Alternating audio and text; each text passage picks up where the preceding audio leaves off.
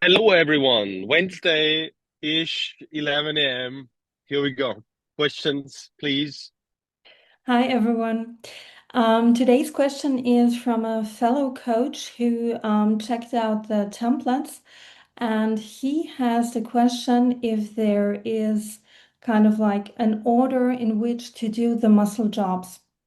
And with this being said, kind of like maybe you could do like a short intro for anyone listening who has never heard the term or been spoken about muscle jobs.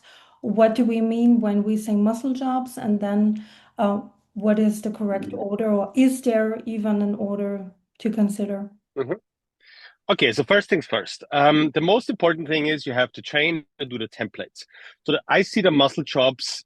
I think it's a valid information, and I think it's a good additional information. But at the end of the day, if you only have 2 or 3 hours a week, it doesn't really matter. Just do the templates because the perfect mix of the muscle chops is already in there. Okay, so that's the first one. It's like thinking about painting the facade when you have not built the house yet. So build your house first and then think about whether the facade is going to be blue, yellow, or green. That's kind of the muscle chops, right? Okay, so let's make a practical example. Let's take the glutes, for example, the glute max. The three muscle chops. This is not something entirely new. On the contrary, this is like everybody knows isometric, eccentric, and concentric. So why do I call it muscle chops? Because I think we have to look at it differently. This is not something that's exercise based, but it's more like, okay, every single big muscle in your body should be capable of doing all three jobs. Let's take the glutes and let's take whatever. Let's go for isometric first. Isometric means there's no change in muscle length. Think about doing a Semper carry, your glutes are going to be squeezed and basically squeezed throughout the whole carry. So that means there's not much change in muscle length. Eccentric, for example, would be when the muscle is lengthening. I'm sorry, when the muscle is shortening. That means going, for example, going back down in a Semper box squat, Semper squat, whatever. So you're putting the brakes on, you're decelerating, you're kind of slowing the weight down in a Semper box squat on the way down. Producing means the muscle's going to get longer. So think about picking up whatever, doing a Semper clean, picking something off the floor. So that means once your hips are starting to hinge, the muscle is actually getting longer. So I think it more in the sense of teaching each big muscle all three jobs equally, right? So there's not a you have to do more of this or more of this per se. You will realize when you have a lack of one of them, right? Super simple example. Everybody either likes squatting or deadlifting more, right? So when I ask you what do you favor, squatting or deadlifting? Deadlift. Okay, deadlifting. So chances are you have some sort of deficit in squatting, which means the glutes going back. That means the muscle lengthening. I always mix it up. That means the muscle Shortening. shortening. I'm sorry. Yeah, absorbing the tension. So chances are this is what we have to work on more for you specifically, right? And vice versa. So for people who like squatting more, usually shorter femurs, shorter torsos that are more predispositioned for squatting in terms of bone structure or hip structure, they usually have a harder time producing tension with the glutes. So I see it more as a playing tool towards, okay, um, which exercise do you like doing, which do you not? So I can encourage you to work on stuff that you don't like, but more in a more playful way, understanding okay, you have to balance out all three jobs at the same time and always. Um, I think it's worth mentioning what balancing out actually means, right? So when we think of balancing three jobs, that means 33.3% for each, right? And that is mathematically correct, but from a training perspective, it couldn't be further from the truth. Here's why. Because chances are you've done 80, 90% until your whatever, until your first or in your first 20 years of training, 80, 90% more towards squatting or more towards deadlifting. So everybody's super imbalanced going into this. That means to balance this out, you have to do 80, 90% of the other stuff that you have not done yet, right? Um, so this is important from a programming perspective because it's not about, okay, I have 50% of absorbing and 50% of producing, meaning 50% squatting, 50% deadlifting. No, this is not how this works. You have to do 80, 90% in your case of squatting, practicing, learning to absorb tension, and also doing 10% of what you already been doing for the last, whatever, 20 years. So that's actually what's balancing out because you're not starting from an equal scale, so to speak. Does that make sense? Um, so the order of things is not that important. It's more like looking at your numbers, looking at the exercise that you're doing, looking at what you suck at, to put it frankly. And that's what we're going to focus on, like heavily. 80, 90% for me, for my example, is I'm a natural hinger. That means I know what to do with my hips when I have to pick up weight, whatever, but I have a hard time doing the opposite, like bringing weight down, for example, in a squat, absorbing the tension. So guess what? 80, 90% of what I'm doing is focused on the latter, and 20% is focused more on the former. So the order of things is not that important. It's more of, okay, we have to balance it out, but prioritize it and also realize, okay, this is what we have to work on heavily. Would you say from a practical standpoint, though, that someone who's just starting off with the templates, that just like for the first, I don't know, 3, 4, 5, 6 months to just do the templates and don't even worry about like percentages, where you're starting from and how to get like balanced, quote unquote, or at which point would you say it's worth kind of like reconsidering your programming and being like, okay, now let's look at where my strengths are and where my deficits are, and to then kind of like shift the proportions?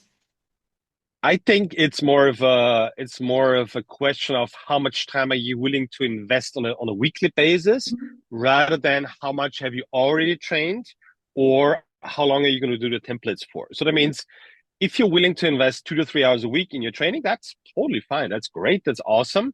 But that means you're doing 2 to 3 templates a week. You will never ever have to worry about anything that I've said so far in this call, right? Because it's just the icing on the cake. You should focus on 2 to 3 hours a week. Okay, get better at the chains and rope pull, get better at the Sempex box squat, get better at whatever else exercises is in the template in there, and don't worry about the other stuff. Like I see my job in, okay, training is pretty complex, but we don't have to make it super complicated for people who are not willing to invest more time. And I think that's totally a fair point. Um, I think everybody should invest 2 to 3 hours a week in a training, but I don't think they have to invest more than that. If you do so, that means 3, 4, 5, 10 hours a week. Okay, then we can start like broadening the topics and talking about in depth about it. Or if you're coaching other people, yes, then it makes sense to kind of tap into that. But for most people, it's really not necessary. It's interesting. It's fun to talk about it. I think it's a good concept to step away from those Excel sheets and check boxes into more like playful stuff. And because I still think we humans learn through playing and not through getting taught and whatever, read books. I think we have to try stuff, test stuff, and that's what the templates are for. But again, you don't have to worry about it if you're training 2 to 3 hours a week at all. Zero. It's all in the templates. Like every single big muscle is going to get challenged in all three jobs, and you don't have to worry about it. Okay. Um, the initial question of the coach, he also asked if there is a difference between like hips and shoulders when it comes to the muscle jobs. Um, no, because this is based on muscles and not on joints or joint structures or bone structures. So in the first book, I'll break it down like the most important muscle, like by far in your upper body, in your shoulders, are the lats. The most important one for your trunk is the obliques, and the most important one for your lower body slash hips is your glute max. So those three, if you cover those three, you're gonna be good. I have like preferences in terms of exercises, how I personally like to practice the different muscle jobs, and those are in the templates. But there's hundreds. I don't care about the exercises. I like the concept behind it, and you can practice it with whatever exercise you want. Doesn't really matter. Did you actually, when writing the book, did you start with the whole hip part and the hip templates first before you did the others, or was it kind of like starting here and there and kind of like growing all at the same time? Um, no, um, I started with the hip for sure. I mean, I have a pretty embarrassing confession to make because I think the hip's the most important one. That's why I started with it, and I think it's fairly easy to fix for normal people. Mhm. It's not that complex, and it's way easier than the shoulders. Way easier, and I think the it just has the best bang for your buck. Why is That's that? reality. Mhm. But why is So it what? easier? Why is it easier to fix than the other parts? Because there's one hip position that you need to learn, which is the neutral hips. Hmm. There's one muscle you need to need to teach three jobs, and that's about it. If you have that concept dialed in, and every normal person, we see that in the gym, gets the basic concept roughly in between 3 to 6 months, depending on their experience in training, and that's really really fast because um once you understand the concept of the neutral pelvis with the glute max, you will cover your lower back, your hips, your knees, and your ankles. And that's a lot. Hmm. And let's be honest, we just need our hips nowadays way more than the shoulders. So that's why I started with the hips. And I think if I could only do one thing for the rest of my life, it would be absolutely fixing hips in this world. Absolutely. Um, the second thing was actually the spine and the trunk because that's kind of the next thing on the hips um upwards and then the last thing was shoulder because the shoulders are fairly complicated but a little bit more complex because they can move around a lot. There's more positions, there's more stuff you need to learn, and I think it's in one B priority and not a one A priority. And to finish the really embarrassing story, on the last workshop last year, I think it was in August, I actually did the shoulders on Saturday night, like at my house, and finished that chapter, and then I taught it on Sunday. It's not that I never thought about the shoulders, of course, but I never had it actually put it down on paper. So shoulder were definitely the last. Okay. Do you have anything to add to the call? Because that's that's the only question we have for today. Yes, I've lost my phone.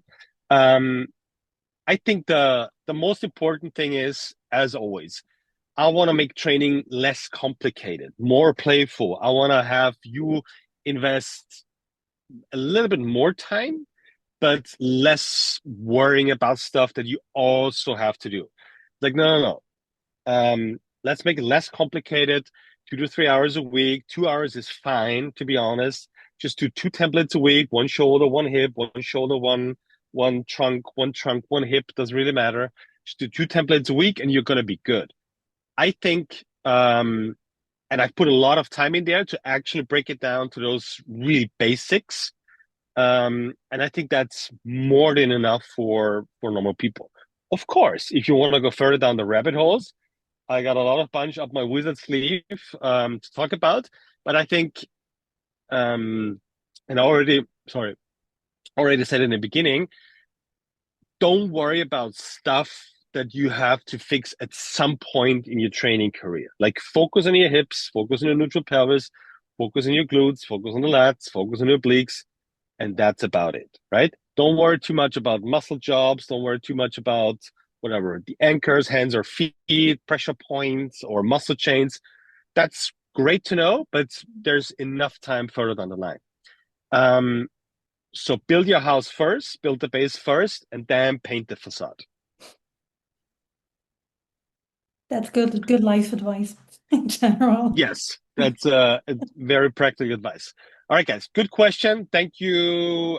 Can I say his name, Stefan, Yeah. for sending in the question. Keep keep bringing them on. ask questions, and I hope to put it into perspective and give you guys the fastest practical solution to start actually solving problems and stop just doing pure exercising out there. Hang in there, guys, and we'll talk to each other next week.